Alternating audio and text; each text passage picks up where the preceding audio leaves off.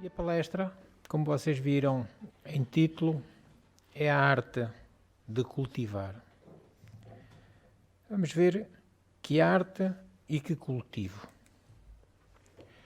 É na natureza que nós muitas vezes nos socorremos de exemplos para nós vermos e percebermos profundos e importantes ensinamentos.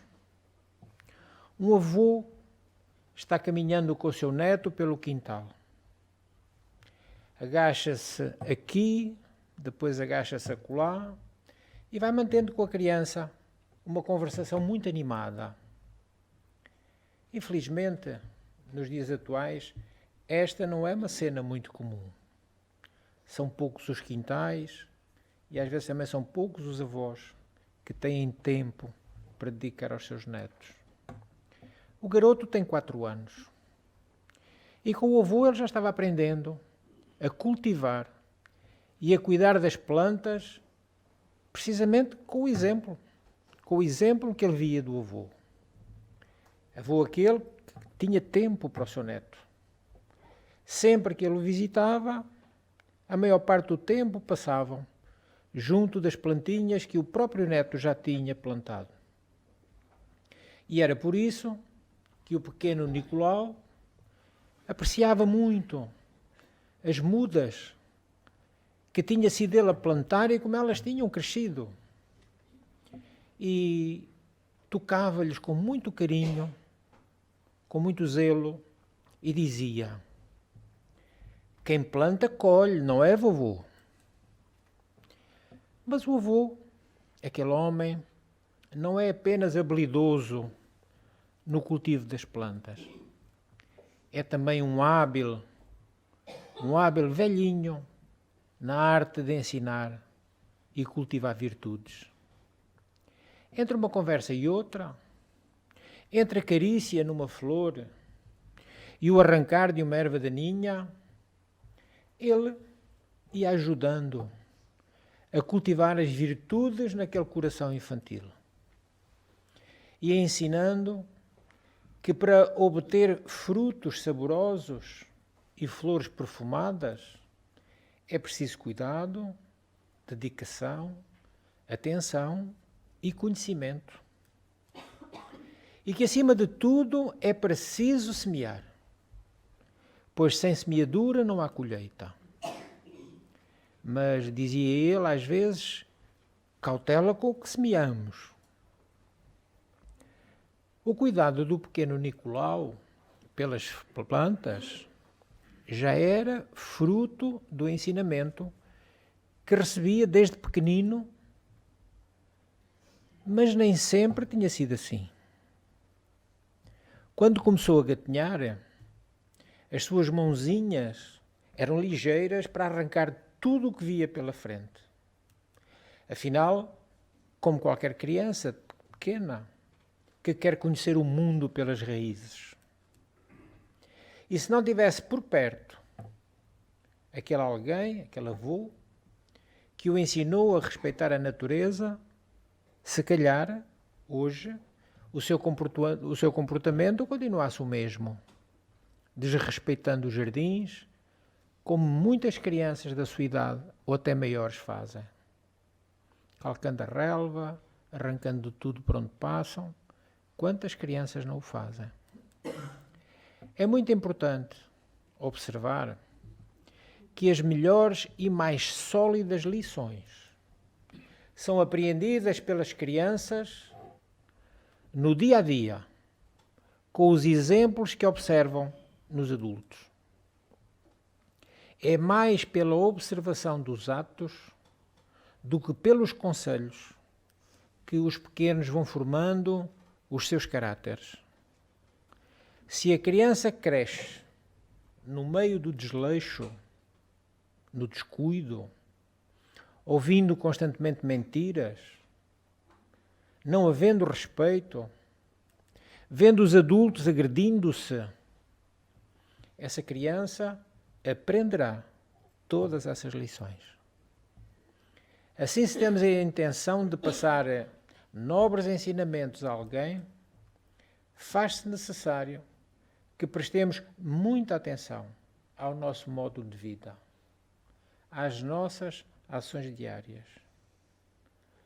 Como todo bom jardineiro, os educadores devem ser bons cultivadores de valores e virtudes.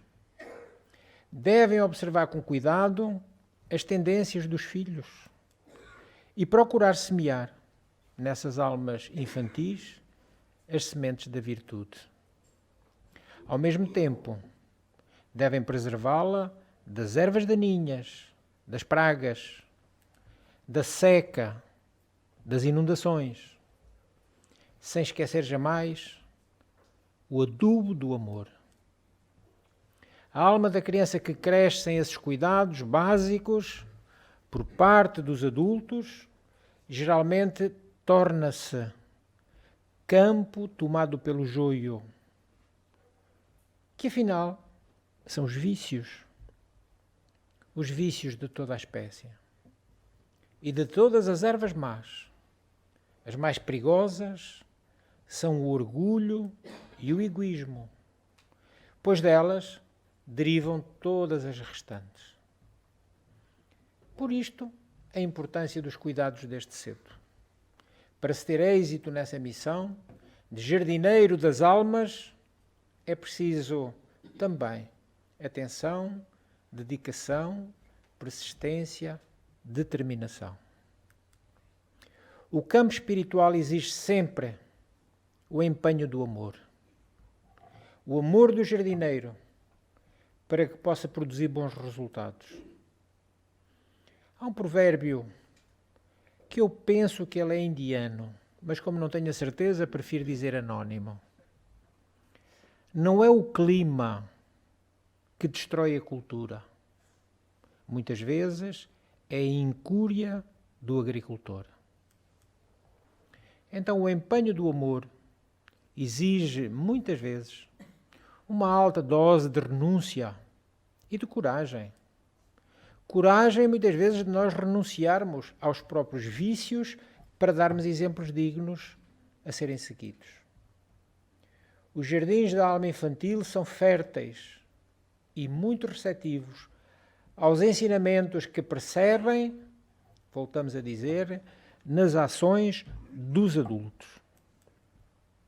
Por essa razão, vale a pena dedicar tempo no cultivo das virtudes antes que as sementes malsãs ali se possam encontrar, nasçam e afetem a semente boa. Pois essas potenciais sementes daninhas são as nossas más tendências. Tendências muitas vezes naturais, porque elas são companheiras inseparáveis de longa data.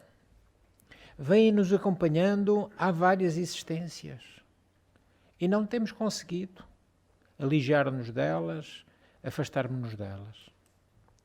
Para que possamos ser um bom cultivador de almas, é preciso ter na nossa sementeira interior o alfobre onde possamos colocar as mudas das virtudes. Somente quem possui pode oferecer. Ninguém pode dar o que não tem. Somente quem planta pode colher. 3 ensinos simples. Só damos o que temos. Se não tivermos, não damos. Se não semearmos, não colhemos. Sejamos então cultivadores de virtudes, aprendendo com a natureza. Inclusive, quem se propõe a amelhar paciência, observe o livro da natureza. Um bom homem que amava profundamente a natureza, um dia plantou uma pequena muda e estava um sol radioso nesse dia.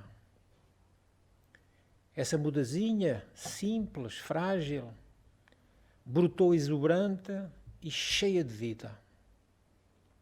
Era já um arbusto feliz. Já se espreguiçava ao sol, abrindo os braços e ia-se alongando dia após dia.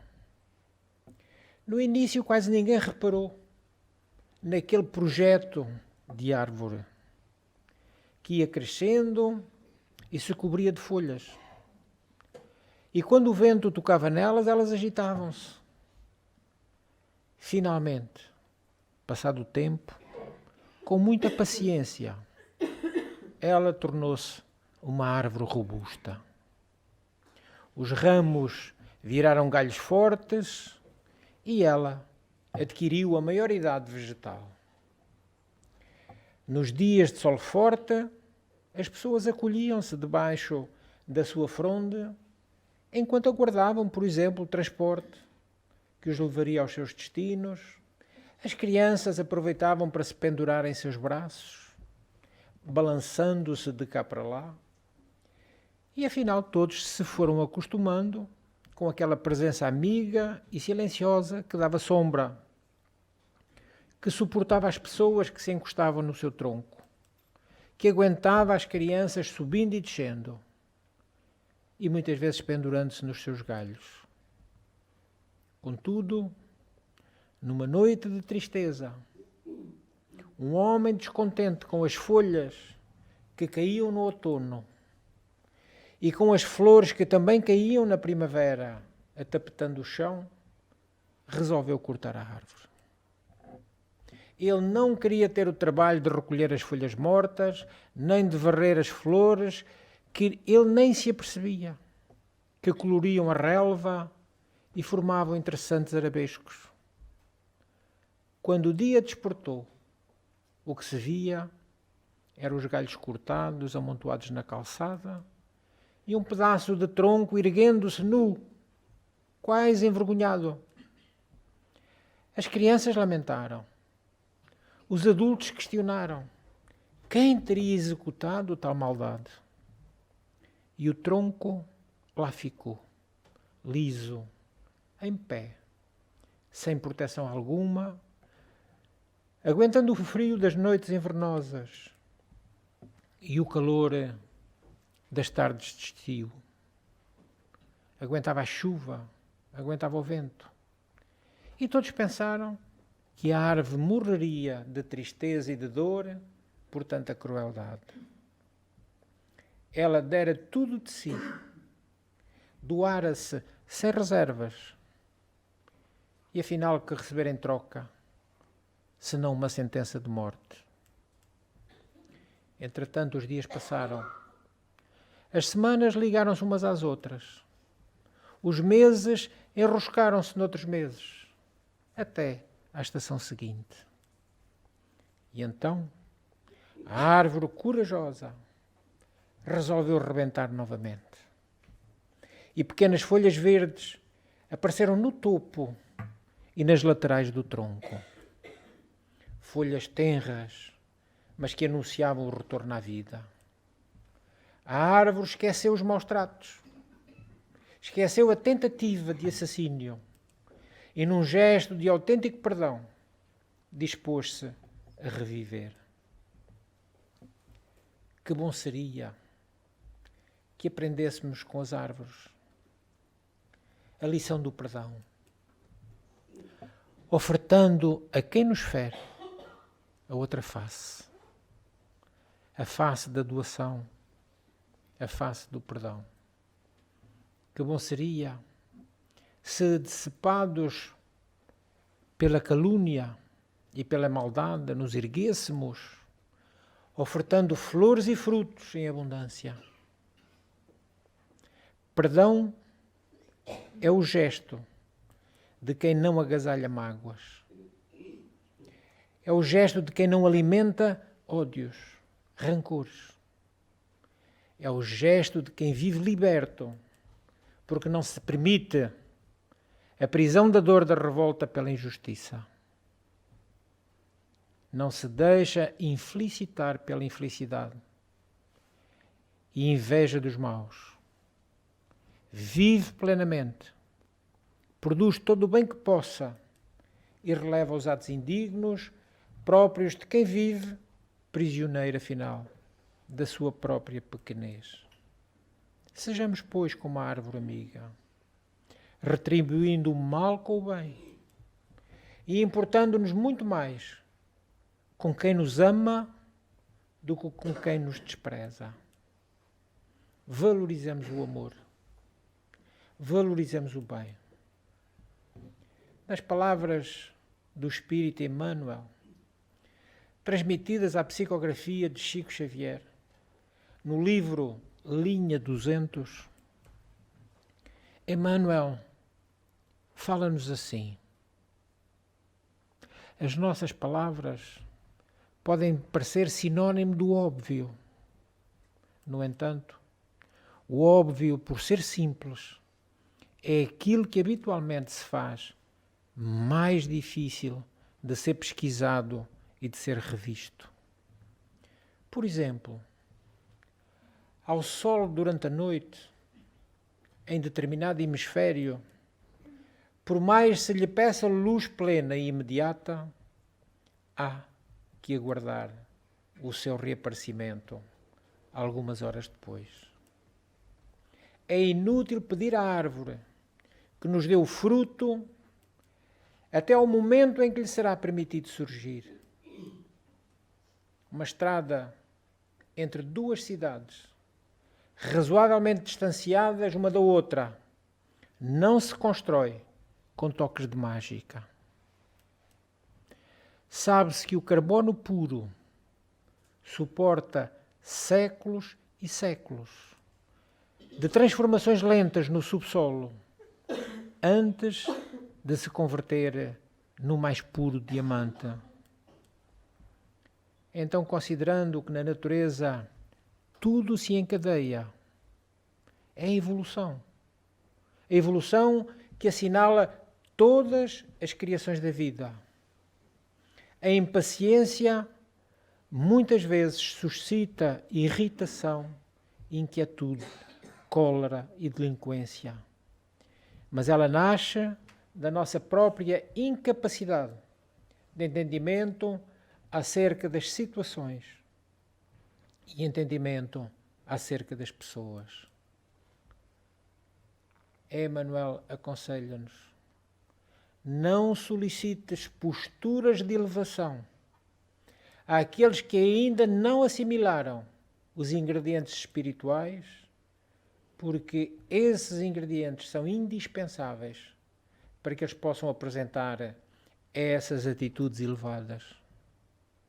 E também não peças bom comportamento a este ou àquele companheiro que ainda não se habilitaram para isso. Onde estiveres e com quem estiveres, não permitas que as tuas esperanças se façam exigências. Ama e trabalha. Serve e auxilia, sempre sem reclamar. E acabarás compreendendo que a paciência construtiva é uma fonte de serenidade e tolerância, em qualquer tempo, em qualquer lugar. Para cada um de nós, a paciência é simples obrigação. Depois destas considerações tão pertinentes, trazidas pela mão de um avô, o exemplo de uma árvore e as sábias palavras de um venerando espírito, só nos resta sermos alunos da natureza. Mas bons alunos, porquanto tenhamos a certeza, o benefício deste aprendizado será para nós próprios. A natureza é mãe carinhosa. A natureza é o meio pelo qual somos ajudados no rumo do progresso que nos deve nortear. E por isso tudo, ensina-nos sem regatear o que quer que seja. Aprendamos, então, com a Mãe Natureza, porque a Mãe Natureza promana de Deus. E tudo o que é natural é aquilo que Deus mais quer para nós. Estejamos atentos aos exemplos da vida. Estejamos atentos aos exemplos que podemos colher diante dos nossos olhos nas situações ou nas paisagens mais simples, mas tantas vezes as mais belas.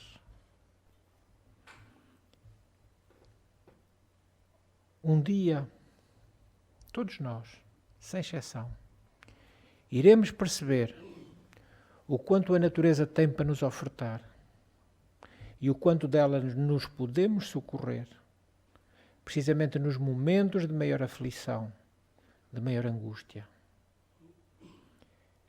Recolher a energia telúrica de uma árvore frondosa que nos vai energizar. Descalçarmos-nos, colocarmos os pés nus em cima da terra, recebendo essa mesma força telúrica da própria terra. Entrarmos com os nossos pés na água fresca do mar, recebendo aquela sensação agradabilíssima daquela água salgada que nos fortalece também. Respirar o iodo marítimo, tão indispensável à manutenção da nossa saúde. Quanto nos cobra a natureza por tudo isto? Nada. Não nos cobra nada. E às vezes nós nos esquecemos disto. Que Jesus nos ajude a não nos esquecermos da natureza que é a nossa mãe.